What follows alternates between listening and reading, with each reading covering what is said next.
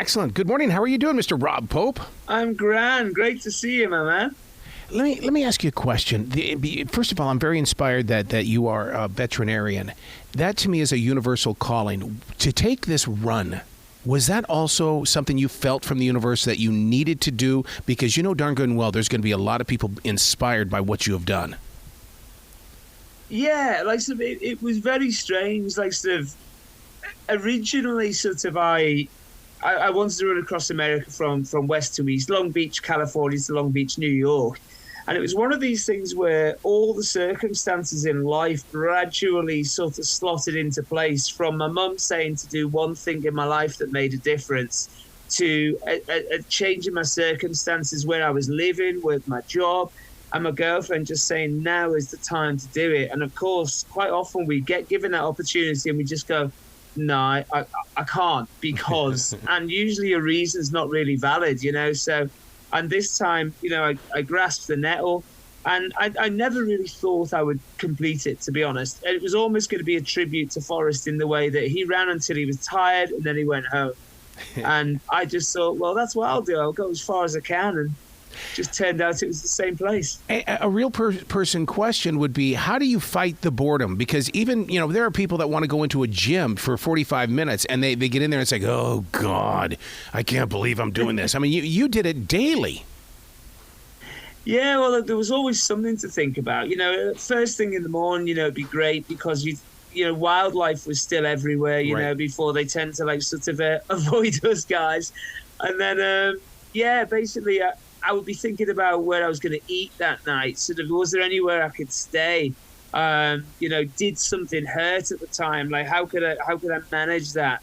And then, of course, I had the wondrous gift of music. And eventually, when I managed to get onto it, radio, of course. And it was great listening to local radio as I went across the country. Oh, I'm with you on that, man, because I'm a radio guy all the way. And I mean, I love hearing, even going to an AM station where you get that little static in the air and it feels so good. Because in fact, that brings me to this point. As you went from city to city, state to state, we all changed on those borderlines. How did everybody embrace you? Yeah, no, it was brilliant. I remember, Tennessee was a huge state for me because I didn't expect anything from Tennessee. I just sort of thought about it as Dolly Parton, and somebody had said there's packs of stray dogs there, that will chase you.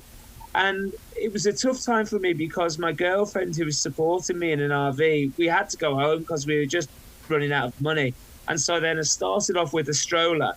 And I went through Tennessee, and the generosity of the people there was just unbelievable, and it made me think that, hey, maybe I can cope on my own. And I got really worried then when I got to Virginia, because I just thought there's no way that they're going to be the same as the people in Tennessee, but they were, and it carried on going. And of course, on my fourth trip, when I went back through Tennessee, it wasn't Virginia I passed into, it was North Carolina. Yeah, how about that? That's where I am, man. What did you pick up while you were here in Carolina? Oh, I loved it. It was snowy when I went over the mountains, So, and it was just such a great place. I went to Grandfather Mountain. Oh, of nice. Course. Yeah. Now, because it'd been snowing, I couldn't run the famous Forrest Gump curve, and so I had to go home very briefly, sort of on the fifth leg, and I went via Atlanta.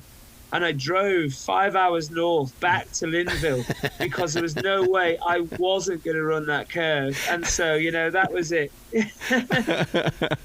Yeah, because, I mean, did you spend a lot of time up there on the Blue Ridge Parkway? Was that where your run was, or how did you get around?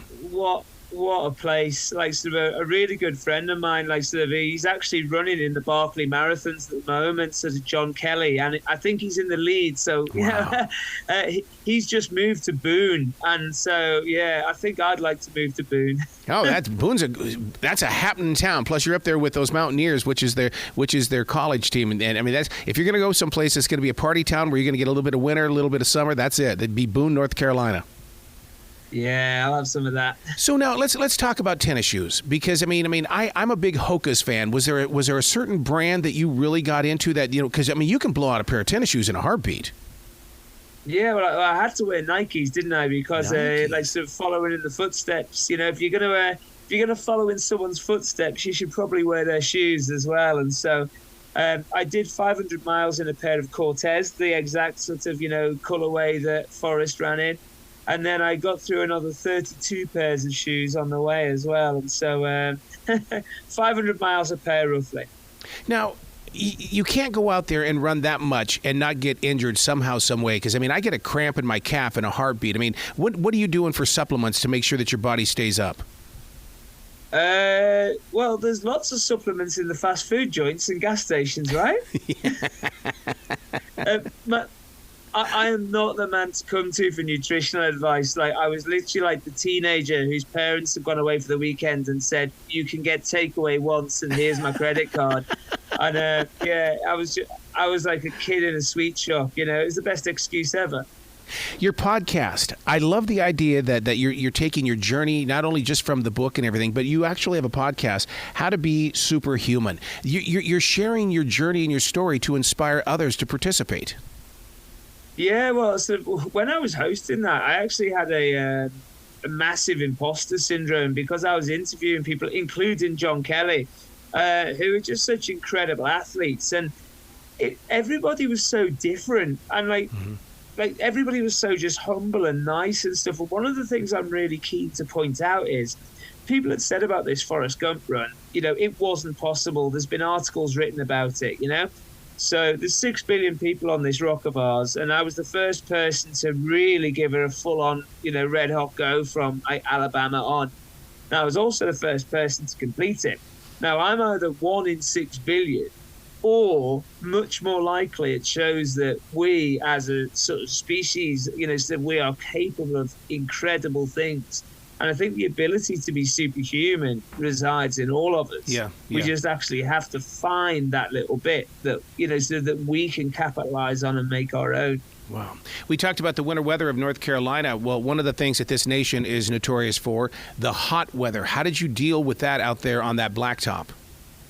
Yeah, I tried to avoid the worst of whatever state had to throw at me. So I thought, well, I'll be sort of in Alabama in the winter, and I'll be in Montana in the summer.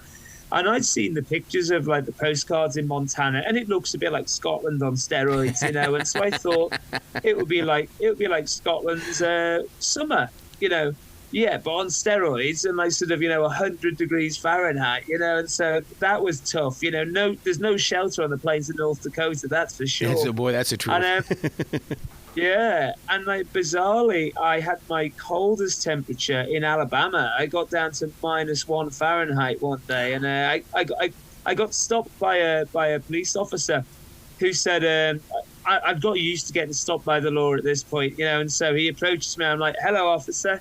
And he just goes, "Hello, sir." And I'm just like, "Have you had a call about a lady pushing a stroller down the highway?" And he's just like, "Sure have, son." And I was just like, "Why is it always a lady?" And he just goes, you ain't gonna see a fella pushing a stroller down the highway in Alabama, son." So now, what part? I'm from Billings, Montana. So what part of Montana did you run through? So we went on 2 the whole way. I didn't get to Billings, sadly, because I've heard it's amazing. So I went through Glacier, which was stunning. I actually think that is when people say what was the most beautiful part sort of you've been to, like sort of Glacier and Joshua Tree National Park, almost 2 opposite ends of the spectrum, sort of really ring true. But of course, like sort of the whole like sort of Tennessee, Carolinas section, especially north, because it is a bit more like sort of England, Yeah. And again, it's like it's almost like sort of British scenery, but made large, sort of made more technicolor. And so I need to like visit some of these places, not just when it's the worst of the weather, the worst or the best of the weather, but I want to see it in the fall, for example, So lots of excuses to come back.